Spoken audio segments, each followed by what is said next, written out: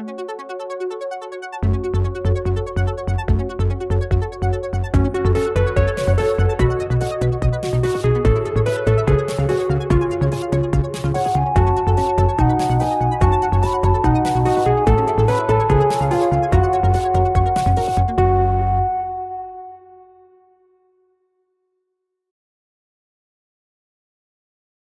everybody. Hello. Hi. Welcome once again to Reckless Attack, a 5th edition Dungeons & Dragons actual play podcast. I am, as ever, GM Nathan, joined by the excellent people here around the table.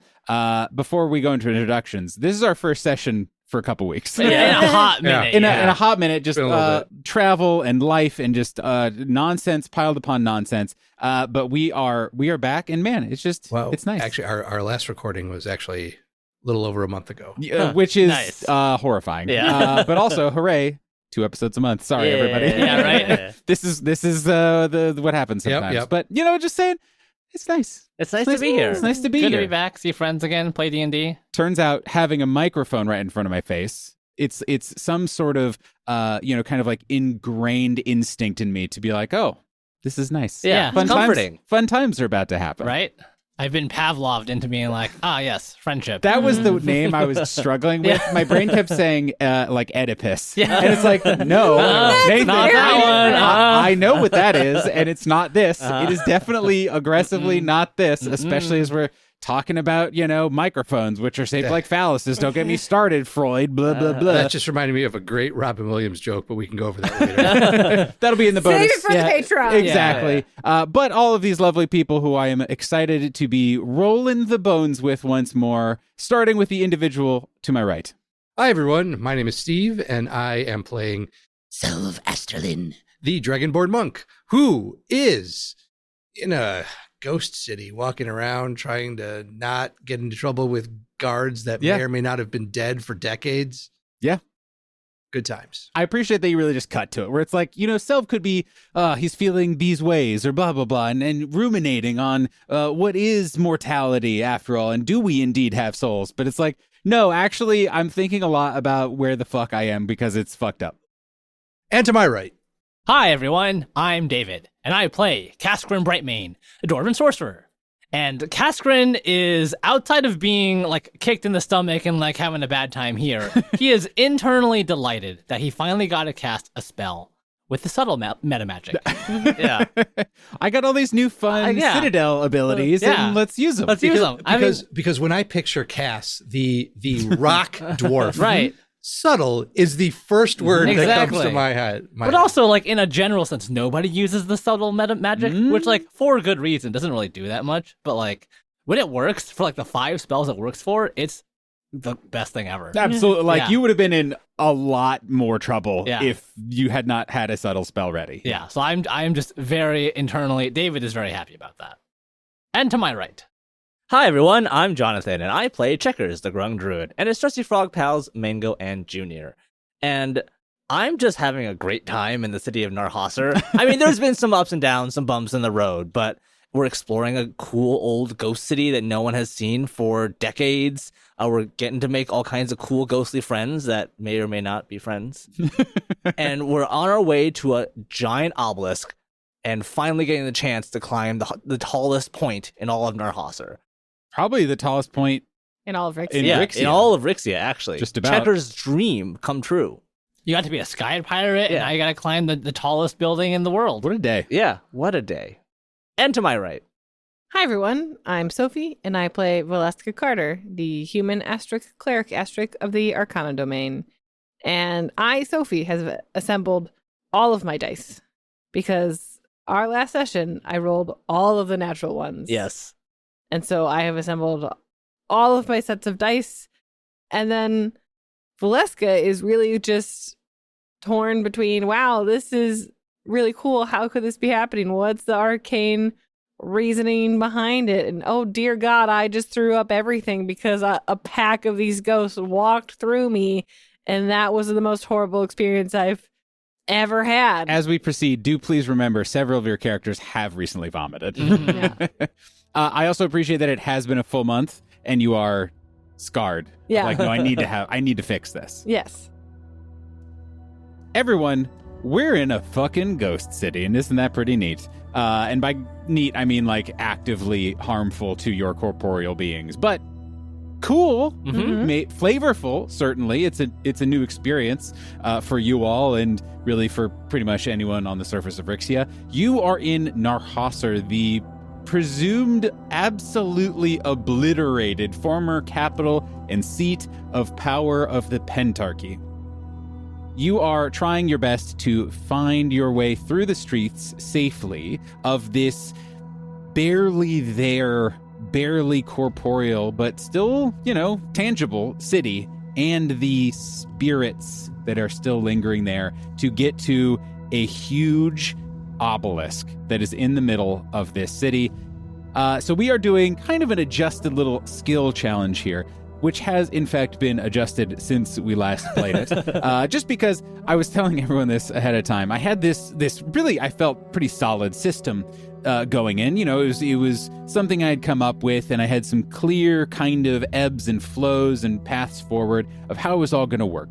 And then when I asked for a roll, Jonathan's like, and Mango got a bleh. Right. And I fully just short-circuited. Like I couldn't adjust my plans for a fifth thing that was rolling. And I've taken a step back now. I've learned math again. I've grown as a human being. Exactly. Yeah. And I think I have a little bit of a clear idea. It's still going to be a group skill check.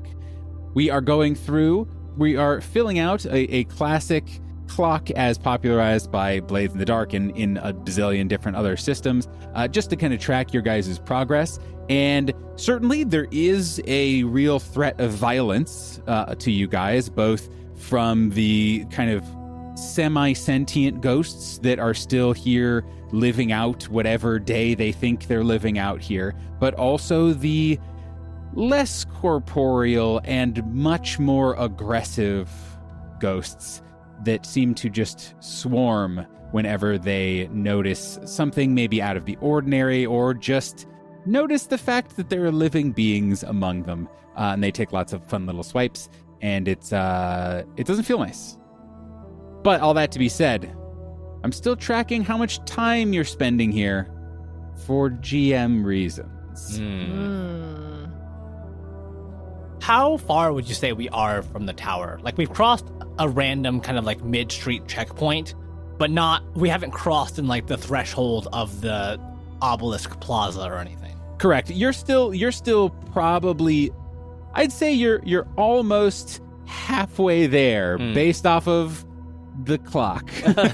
Great. And we're living on a prayer. But you're not far. It's not across the city or anything. Okay. It is still definitely like you're getting a shape of probably, again, of where it is, some possible routes to get there, that kind of thing. And it still like made sense to do this because like we didn't want to land right on top of the tower in case something exploded. And like we get to see more of the city now and do a little bit more investigation. So like I like the path that we're taking.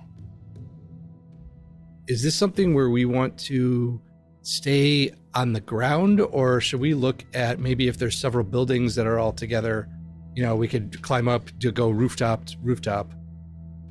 Well, this sounds like a great discussion and or investigation for the members of the Golden Tree Guild, not the members of the Reckless Attack podcast. You guys have indeed just made your way through what appeared to be just a pretty random checkpoint, staffed by guards of the Pentarchy.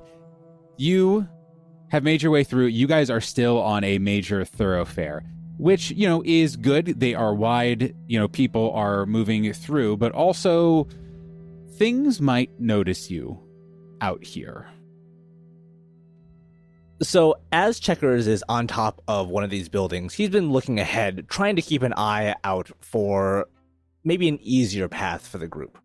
And Nathan, if I remember correctly, the sort of Blades in the Dark-esque clock that you've created is not just for us to get to the tower. It's also for us to kind of do some exploration and try to understand a little bit more about the tower. Yeah, is to be, in fact, if your goal becomes it, it is to get into the tower as well. Or like you said, essentially once you get there, you'll be able to kind of state a goal of like, we would like to go in, or we would like to reconnoiter, we would like to do whatever.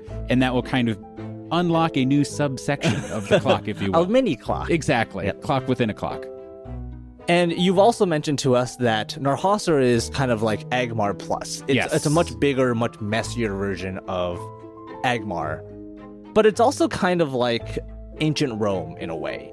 It's got lots of pillars, lots of, maybe a Colosseum, these kinds of things in this old ancient city. Yes, and that is still very the aesthetic of Agmar in many ways still. But yes, so this is like even more concentrated. Yeah. The Agmar bits are ultra Agmar, and the parts that are not Agmar are not at all Agmar. Yes. And we haven't necessarily seen a lot of the underground in Agmar, but I'm imagining that Narhasur actually has an underground series of tunnels. In Chicago, we call it the Pedway. It's just an underground series of tunnels that take you between buildings, and there's little shops and everything. It could also just be sewers. Yeah. My question, what was the climate of the Deadlands before they were the Deadlands? Did they have harsh winters they needed to build tunnels to avoid? Yeah. Well, I or would harsh say, summers. It was pretty far from the mountains, pretty close to the coast. But it's pretty northern, so maybe Pacific Northwest is kind of where things were at. Is the world building answer that I definitely had prepared before you asked it. Mm-hmm. But Checkers is going to direct the group into this underground series of tunnels that have all these different shops and amenities and all these different things, but they're very confusing to navigate. So I would like for all of us to use survival to try and get around the Narhasur Pedway closer to the obelisk. Yeah, I like that a lot. I would say that again, these they're still occupied. Sure. And do still have a presence of security, but it would be much less visible and less busy than several overland options for certain. Perfect. I would like to cast guidance on myself. I would like to ask again, are you openly casting magic in the magical city of Narhasur? Ugh. It works out pretty well. Subtly, if you can do it subtly. I can't do it subtly is the thing. I will not do it. Okay. Could you do it once we get out of sight? I was thinking we were in an alley or something, but like the way Nathan phrases that is there's just like a general alarm spell for unpermitted magic. Yeah, I'm just asking. Sorry, this is survival. Survival. And we're yes. at -2. Correct. Val with an 8. Kaskrin with a 17. Selv with a 19. Checkers with an 18, Mango with a 24. Ooh, Yeah. So it really was Mango's idea to come down here, apparently. Right. Turns out Mango. good at Actually, survival. I could just see that Mango saddles up to Checkers and just like nudges him. Yeah. And like Checkers just keeps talking and there's like Mango nudges him again. And, What's that, like, boy? A secret underground tunnel? like nodding towards the sewer. So that is 4 successes out of 5 rolls. Even with I think, a higher DC, that still would have been a result that progresses you guys forward. So you guys are able to very quickly kind of navigate your way through. Jonathan, what is something interesting that is down there? Other than, again, there are shops, there is its own kind of like little mini ecosystem. Again, it still seems pretty formal and controlled. Yes. But what's an interesting thing that is down there? There are underground tunnel performers Ooh. that we encounter. We find a troupe of Narhasur clowns. That's a Nathan. Would outcome. Celestia Dreamweaver allow clowns? legalize clowns? I'll feel say like- yes. I'll say yes. Clowns are a big part of the old tentacle Clowns are culture. okay. Mimes. Yeah. And you guys can tell this because there are actually, of this little troupe, 2 of them are kind of fully corporealized spirits that have the full, it's hard to tell, you can't really tell the colors so much, but you can see are wearing makeup, have various, polka dots, stripes, all that good stuff. And as you guys walk by and are kind of treated to this almost bit of lightheartedness in this horrible ghost city that is just giving you horrible, horrible vibes, you guys catch out of the corners of your eyes a couple of the audience members and a couple of the performers turn to look at you before returning to their show. So you guys exit up back onto the surface, whereupon you find something. Something happens. Something is interesting before you. There is something. Does anyone have any idea what it is? I do have an idea. I'm going to hate myself for this. because I don't know a solution to this yet. But I'm kind of imagining like, we're getting closer to the obelisk, and this is like the biggest part of the city. And I'm imagining there's just like a giant like plaza around it that goes for like, hundreds and hundreds of feet. And people have started setting up these like bazaars and shops, and it's like the bazaar in Agmar, but like I'm imagining infinitely more crowded. There's people peddling wares, and then there's people all around buying stuff, to where there's not even a clear path from one side of the bazaar to the other. And normally that wouldn't be a big deal, but in this case, Bigger deal. Bigger deal. Absolutely. And it's almost like, I don't want to say Kaskrin's jaw drops, but it's just like seeing this, like there is almost no way to dodge through this thing. Like, what are we gonna do? It is not particularly easy at minimum. Anyone have ideas of how they would like to approach this problem? We could try to hitch a ride beneath some kind of cart, because there's probably some kind of cart that is going through the bazaar to either drop off wares or buying wares. That would keep us, it would keep people from like bumping into us and causing problems. How about this then? What if, there's like carts around, it's just a matter about finding the right one. I would like to make an investigation roll to try to find a cart that will like take us from one end to like close to the other end. Okay, I like that, especially imagining it as you are a experienced watchman, experienced guard, and you are just trying to read the flow of traffic. Essentially, where you're like, maybe not this cart is not the one we're going to go to, but we'll see what kind of carts are going where, and we'll try to read the ecosystem of where things are going. So yeah, I'm very open to that. So a group investigation check is what we're looking for. Val with a 9. Kaskrin with a 5. Selv with an 8. Checkers with a 3. Mango with a 2. I don't feel as bad because, like, I think the dice really told the story. Yeah, correct. bad. Listeners, Nothing. I've gone through 2 sets of dice. They've been pushed to the side. Sophie has not looked up once when reporting her dice scores. Has just been like looking straight down at them, like blaming them as they should be, but has not looked at any other person Y'all, at this table. Exhaustion sucks. Yeah. I mean, sort of. Those were horrible rolls. Yeah. That would not have. Yeah, but the -2 wasn't helping Without the you. -2, I would have had double digits. That wouldn't have helped. I would have felt better about it. Guys, that's pretty bad. Pretty bad. Turns out we all have specific specialties, and when we try to do things together, we're not good. Yeah. Yeah, what does a critical failure look like in this system, Nathan? Well, Do we just die? I mean, again, I know the answer. Yes. Hey, everybody, Hey, Nathan. roll for initiative.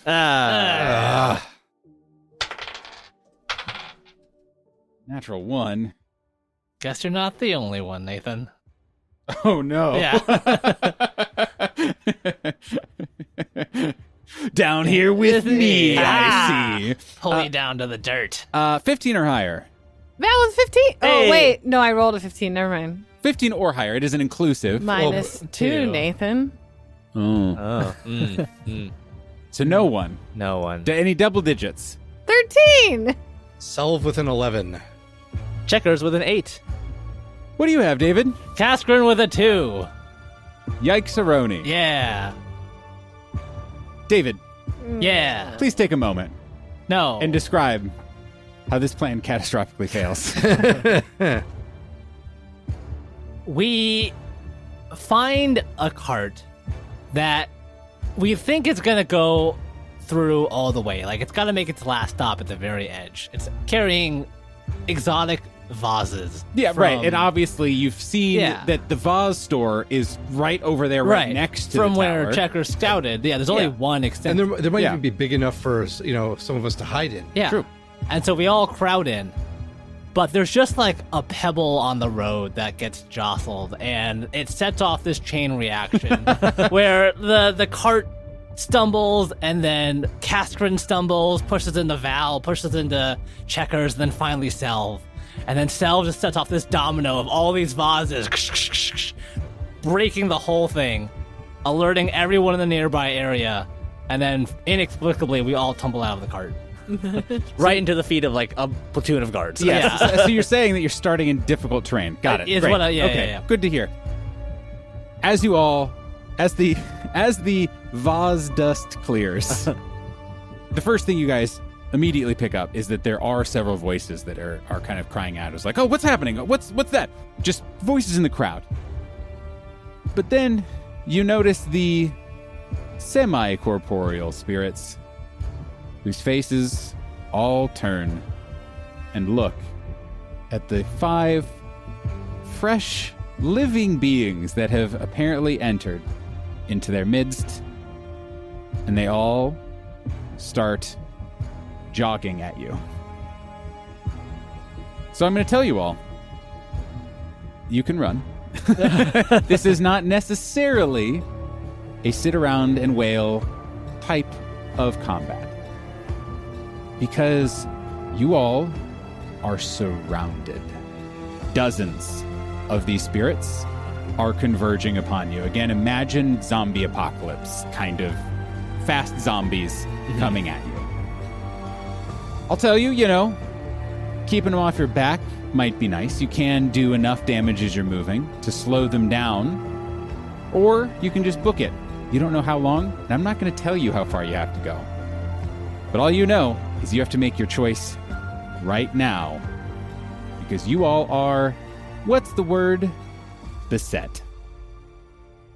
Valeska Carter, your first good roll of the day. How would you like to use it? I would like to not roll at all. I will use Channel Divinity to turn undead. I need every undead within 30 feet of me to make a wisdom saving throw or be frightened and spend their entire turn moving away from me. Okay, what is the DC save? 15. I'm rolling 2 dice. That is 1 failure. 2 failures. So, a turned creature must spend its turn trying to move as far away from you as it can, and it can't willingly move to a space within 30 feet of you. It also can't take reactions. For its action, it can only use the dash action or try to escape from an effect that prevents it from moving. If there's nowhere to move, the creature can use the dodge action. And what is your radius of that? 30 feet. Again? 30 feet. So this is a swarm. Since both swarms failed, I'm going to be extra generous, which is how you know you're in a lot of trouble. No one, for 1 round, no spirit, is going to approach you all in melee distance. But if you start running into the crowd, Val would like to recall her map and think about where they are and where this bazaar is and how they can avoid this entire thing and go around it at this point. Just looking around, I mean, this stretch is huge. And you can surmise that it goes on for several blocks. And so you know you have to get off this main drag. You have to go into some side streets, some alleyways, that sort of thing. And then you feel reasonably sure that at least you won't be in an epicenter of activity, if that makes sense. Yeah. Was there any other information you No, were that's looking perfect. for? That's kind of what Val is looking for. And Val will start moving that way, yelling to the rest of the group, "We can't try to get through here. Let's go this way. Follow me. Wait, no. Everyone, I will be in the back of the group because I have the protection Yes. of the all-knowing eye. Please don't make me regret this and make haste." I would like you, Sophie, as well as everyone at the table, please track your own individual's character movement. Just because there's a number in mind that you have to get to, and I can't count that high. So, anything else? No. Everyone move your whole ass, all right? I'm devastated to tell you, Swarm's turn. Oh no. But Turn Undead has happened, and you I all are... did move away. Yeah. And specifically because none of you have moved and were right next to Val when she cast it, And Val hasn't even moved 30 feet because she is exhausted. The swarm doesn't do anything. Nice. That's a good first turn. Yeah, good turn. What I'll say is it will hold its action. Selv, your turn. So are we sticking together as one big group, or is it No, you move. You're gonna go 2 blocks east and then take a block south. That's where we're gonna start, and then we're gonna keep going. All right. So I'm going to actually use my full movement and then my action to dash. I'm going to go 50 feet to the edge of the kind of the safe zone, and then I am going to take a defensive stance there and hope people follow me. Excellent. Checkers Yes. / Mango. So Valeska and Selv are starting to essentially follow the directions that Val has told us about. And Checkers in this moment has the unique problem of being a very slow frog on land. Certainly unique to him, at least. Yeah. And so he only has 20 feet of movement because he's exhausted. So I'll spend half of my movement to climb on top of Mango, just clamber up there. And Mango's actually going to dash. And because he has a 10-foot high jump and a 20-foot long jump, he's going to jump himself and Mango to the nearest building and try to get away from the ground where all of these spirit, zombie, horrible swarm guys are. Cool. And I am absolutely fine if you are jumping essentially to a building that is in the on the same pathway that everyone else has been moving through. You are just vertical and perpendicular. Mm-hmm. So Checkers and Mango make it to kind of one of the nearby buildings. We've effectively moved 50 feet. I'm going to try and get us a little bit more space by invoking the Mantle of Still Waters. And what that looks like is a still puddle appears 20 feet in front of us and sort of latches onto Mango's ethereal soul. And Mango just kind of let himself go. Let himself go with the flow and get pulled towards the puddle 20 Spread feet. eagle, just giant frog. Yes. Just whoop. Yep, just kind of pulling ourselves Very towards good. the puddle. So we've moved a total of 70 feet. And that's the end of my turn. So, much in the same way of Checkers, Casperin is not making out of this very quickly. And so he is going to take he's going to take a move action to basically run to the nearest bazaar that sells, clothes. And I'm imagining one of those, kitschy things that just sells, I Love New York hats and, all these little t-shirts and things. I love Narhasur. Yeah. And he's gonna try to basically swap clothes, put on a hat, put on sunglasses, get a jacket on, try to blend in with the crowd. And I'm gonna channel my inner Jason Bourne, the saint of espionage and assassination, in order to try and run away from these guards. So, I would like you to make a dexterity check, please, to see how quickly you can grab things and put them upon you. Cool. And I am open to a variety of skills that you can kind of add onto it. The base will still be dexterity, but it could be sleight of hand. It could be something like deception, something, whatever you have that juicier bonus, but it is a stealth or a dexterity-based blank check. Okay. Performance. Yeah, right, exactly. That's what I mean, is a dex performance check, but whatever makes sense for Cascarin. Yeah, I am going to add my deception, because at the end of the day, I'm trying to pass myself off as someone else. Sure. My total bonus is +8, but with charisma is +4, so it would be a +3, basically, at the end of the day. Got it? And then -2. Yeah, +3, -2. So I have a +1 in this, is all I'm saying. Okay. I am going to flip my mental coin and re-roll this roll. Okay, sure. I hope I haven't done that in the last episode, because I don't remember. I do not recall. Please, listeners, write in and say horrible things about David if he has. Oh, Okay. That's way better. That is a 18. Okay, so you are able to grab a variety of scarves, perhaps a chunky necklace, and some clip-on earrings for Nice. sure. Okay, all right. And you managed to even squeeze in on top of. This is actually very surprising that they carried it in this size. Not Narhasur is for lovers. I mean, that's what all of it says. Yeah, it's all very touristy stuff. You accidentally pick up a scale model of the giant Obelisk Tower Instead of a That's like a Statue of refrigerator Liberty, magnet or something? Exactly. You find like weird slippers that actually fit your feet, which hell is yeah. very surprising. I mean, again, they're I'm keeping incorporeal. these. So you're wearing incorporeal clothing Nice. on top of your existing clothing, Yeah. and are able to grab all of that, adorn yourself, and maximally move your 20 feet of movement, Yep. if you would like with that. I would like to. Okay? That is 40 feet. Total. No, your action No, is it is putting your- all that that is- clothing yeah, on. cool. I was misunderstood. Yeah. Yeah. That is, I love you, but no. that is 60 feet. That is 20 feet. It, I am done. what I didn't tell you is that all those clothes have a speed bonus. Hmm. I'm Arrow now. Yeah.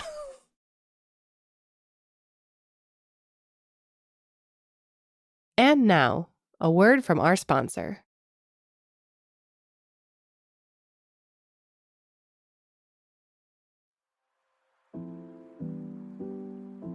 Hello, everyone. GM Nathan here, and welcome once more to the Midroll. This is where I remind you to follow us on all the social medias, particularly on Twitter at reckless_attack, where we are posting a variety of frogs and memes, and frog memes, and meme frogs.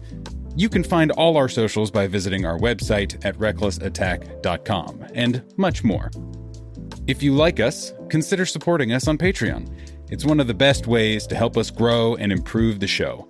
Early ad-free episodes, level up talkbacks, and oodles of other stuff await you there at a variety of tiers. Lastly, don't forget to tell a friend if you're enjoying the show, or let us know by leaving a rating or review on your podcatcher of choice. That's all from me. Enjoy the rest of the episode.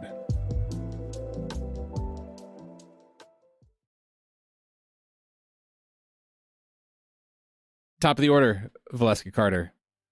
There are still, at this point, many are retreating. Many of the spirits that were kind of in that initial range are still running away from you, but you can see more are starting even to pour through windows that are open and are jumping across stalls and just fully swarming. Again, all this to the backdrop of several lesser there blobs still kind of going through their motions, still looking at produce, still petting another blob-like dog kind of thing. But there's a certain subsection that are very angry that you're here. What would you like to do? Val will move 25 feet and I think take a look back and see that Cass has not really moved. I tried. There's a line, yes, of guilders. Well, Selv is in front of Val. So Val's now in the middle because Selv just moves. Checkers is also so in front fast. of you. But he's on a building. Yeah. That's true, He's Yeah, he's fine. Fine. No danger. I'm good. Nathan made a face. Uh-huh. Definitely Val- that's going to be true. has to wait for Cass. So Val's going to take the dodge action Ooh, okay. and wait for Cass. It's the swarm's turn. And Val, because you are so stalwart and so brave and so much being there to make sure every team member gets out, one of its attacks is going to go against you. And Checkers, Yes. for the sin of Jonathan's hubris. That's true. I deserve this. You, Val, you see hands start to emerge and grasp towards you, kind of pushing past the other ones that have been running, essentially, away from you over the last turn. Checkers, Mm-hmm. you remember a couple episodes ago we were all like, oh, those weird birds. Yeah. I wonder what they're up to. Yeah. I wonder, I don't know, it flew through me and I just wanted to vomit. Yeah. But you've been in the city now Mhm. long enough, and you recognize, like, oh, those were the barely there spirits that we were encountering. And as you're up on this rooftop, you and Mango, as you're barreling forward, see just a line of more corporeal spiritual pigeons. Just like in a V formation heading right towards Checkers. Well, it could be, Ready it to can be dive that bomb. too. Yeah. It is, yes. The geese in Yeah. the city have started powering their way and are just like an arrow Yeah. shooting Yeah. into both of you. So there's going to be one attack against Val with disadvantage. Huge miss. What's Nice. your AC? 14. Well, not a huge miss. A barely miss. And another one is going to go against Checkers. Yes. 15 to hit. Fails to hit. Okay, and then one against Mango. All right. A 23 to hit. That hits. Sorry, Mango. My boy. Let me pick up all my D6s. I don't like that face. 28 points of necrotic damage to the good boy. Yeah. Exclusively. Remember this, Jonathan. Yeah. Only Mango Yeah. paid for your hubris. So Mango is, we're charging forward. We're getting pulled forward by the power of the Mantle of Still Waters right into a big whole flock of birds. And it's just That's even better. Yep. It's just flying at like just above roof level, where Checkers is perfectly fine, but Mango gets like 8 birds through him. Yep. And like just immediately almost collapses to the ground. Like Checkers just straight up tumbles off. And it's like, Mango, what happened? And you just see Mango like actively vomiting over vomiting in the corner. also, unfortunately. Yeah, and we're having a hard time up on this rooftop. Selvastralin. All right, I am going to. I don't think I particularly saw a bunch of birds charge through Mango, and You maybe heard it. I don't know. Mango probably wasn't making I'm happy sure noises. Mango's vomit noises are quite loud. yeah, okay. Indistinct. They really reverberate. carry. Yeah. However, even though there's birds up there, I think it's better than being in the street. So I'm going to make my way towards whatever the nearest building is, and then essentially run up the side of the building and then grab onto the roof and hoist myself up and over onto it. Okay, excellent. So you have gone up and are, again, probably in this place you're already off the main drag. So you're probably already seeing maybe max 2-story buildings. Okay. So you could easily run up, again, 20 feet. There you go. Boom. Okay. I am going to use my dope monk running ability. Nice. And I am going to basically run up the vertical surface to the top, get onto the roof, and then continue moving as far as I can for another 60 feet. So a total of 80 feet, which is my movement plus the dash. And I'm going to be staying on the rooftops for that 60 feet. Anything else, Self? I'm going to look back and clock where the others are. And so I could possibly try to yell out directions, like to get them to make it a little bit easier for them to move. Again, you just see a trail of guilders leading straight back, essentially. Checkers. So this is not working. It was working great until, it didn't. Yeah, Checkers has charged forward 70 feet, but has tumbled off of Mango, and now Mango is struggling to recover himself, just barely hanging in there. He looks over the lip of this rooftop and sees, even in the 6 seconds that Valeska has held her ground, she's become completely swarmed by these semi-corporeal ghosts. I'm in danger. And again, knowing what happened to Mango, even with just a couple of birds, I'm very concerned about the state of Valeska. Cass will be fine. Yeah. I'm going to have to cast a spell. And we'll see if Celestia decides to smite me or if she keeps me on as her chosen favorite. We don't know. I'm going to cast the 2nd level spell, Summon Beast, to create a large, beautiful butterfly frog, Billiam. Yep. And does it look like anything swarming towards Kaskrin right now, or just Valeska?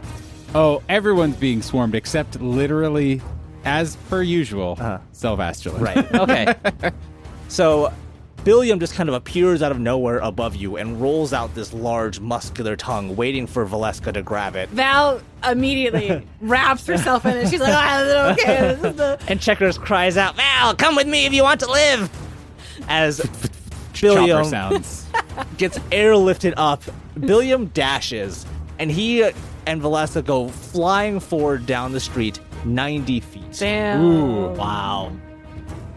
Checkers is once again going to give Mango a little bit of time to collect himself, but he's going to use half of his movement, climb on top of Mango. Mango's going to shake it off a little bit and continue dashing down these rooftops. And once again, Checkers is going to aid that with the Mantle of Still Waters. So Valeska's going to gain 90 feet. Checkers and Mango are going to gain 80 feet. Damn. And that's the end of our turns. Maybe we'll see Kaskrin in the next life. Val like turns around. But wait, no, Cass! There's no time, Val. We gotta go. Every man for himself. And you see Kaskrin don these like cool, cheap sunglasses. And then just all the swarm just kind of slows down, stops, turns away, and just goes back to what they were doing. Too cool. I'll see you soon. Anything else, Checkers? That's it. So what is your guys' now total amount of distance covered? Checkers and Mango at 150 feet. So you see Checkers, Yes. the flying V of geese, Oh no. flap very slowly and turn around. What? This is why I hate birds. It's always the birds. Attack formation. Yes. And they are coming from behind you. Like Okay. you were like out racing them essentially to get to there.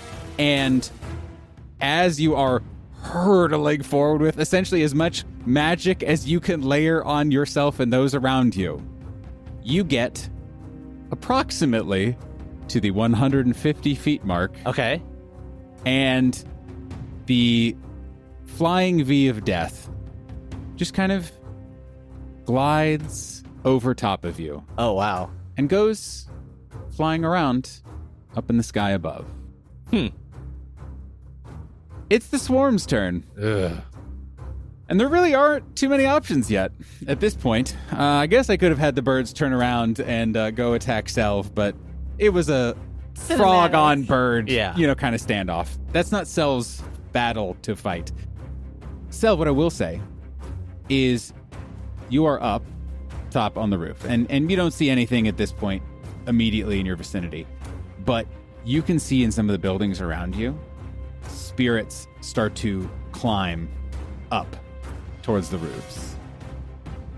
But there's, unfortunately, Why couldn't they just stay in the streets? one person Yeah. still on the ground. As a bonus action, the swarm is going to use its grab ability. Oh, do they know where I am? Oh, yeah. Okay, well, You're a living being, shoot. unfortunately. All right, well, that didn't work at all. Could you give me an athletics check, please? This is But an opposed athletics check. But now you have cool swag. That is a 24. Nice. Oh, I rolled a 19 on the die. Wow.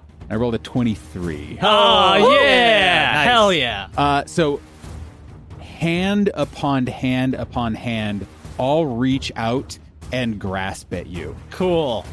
And luckily, because of maybe your armor, the way that you are moving, probably a few are grabbing various clothes? scarves and stuff and pulling them off of you.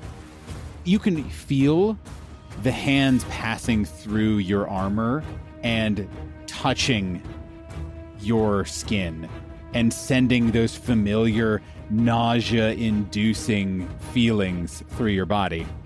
You take 6 points of necrotic damage. All right, all But- right, all right. Their hands find no purchase. Unfortunately, they have 2 attacks. And you're the only one there. Attack 1.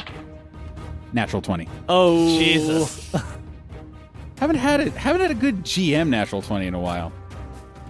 Guys, That's this is- so many D6. it's a lot of D6s, Yeah. guys. Double. Sophie's over here looking at me with the most concerned look. That's 10d6 he does. Yeah. And it's a critical? Yeah. Yeah. That's just Oh, a God. fireball. That's like, the first attack. No, the first damage David got was from their bonus action gravity grabs that touched him with their chilled Oh, death. I thought that Touch. was one You attack. take- This is the second one. 39 points of necrotic damage. Oh, Jesus. Yeah, all right. That's And not they do bad. it again. Second attack. Oh, God. Oh, no. This is why I have concern. Does a 13 hit. That does not, fortunately. It feels like they are scooping out parts of you. Yep. Is what Cool. it feels like. They come away with nothing, of course, but the hands are leaving you less than you were a moment ago. Nice. Yeah. Good. Cool. Nice. Cool. Sick. Uh-huh. Love that. Checkers, Selv, and Val. Your adrenaline is pumping, and you've been running and casting and sprinting and summoning. And you all take a moment to see what's happened behind you. A few feet away from this main thoroughfare, you see Cascarin Brightmane surrounded by ghostly hands extending towards him and clawing at him. And you see, even at this distance, a slump of shoulders. And you imagine a little less light in his eyes. And that is where we'll pick up next episode. No, Cass! He's barely moved. I don't like this.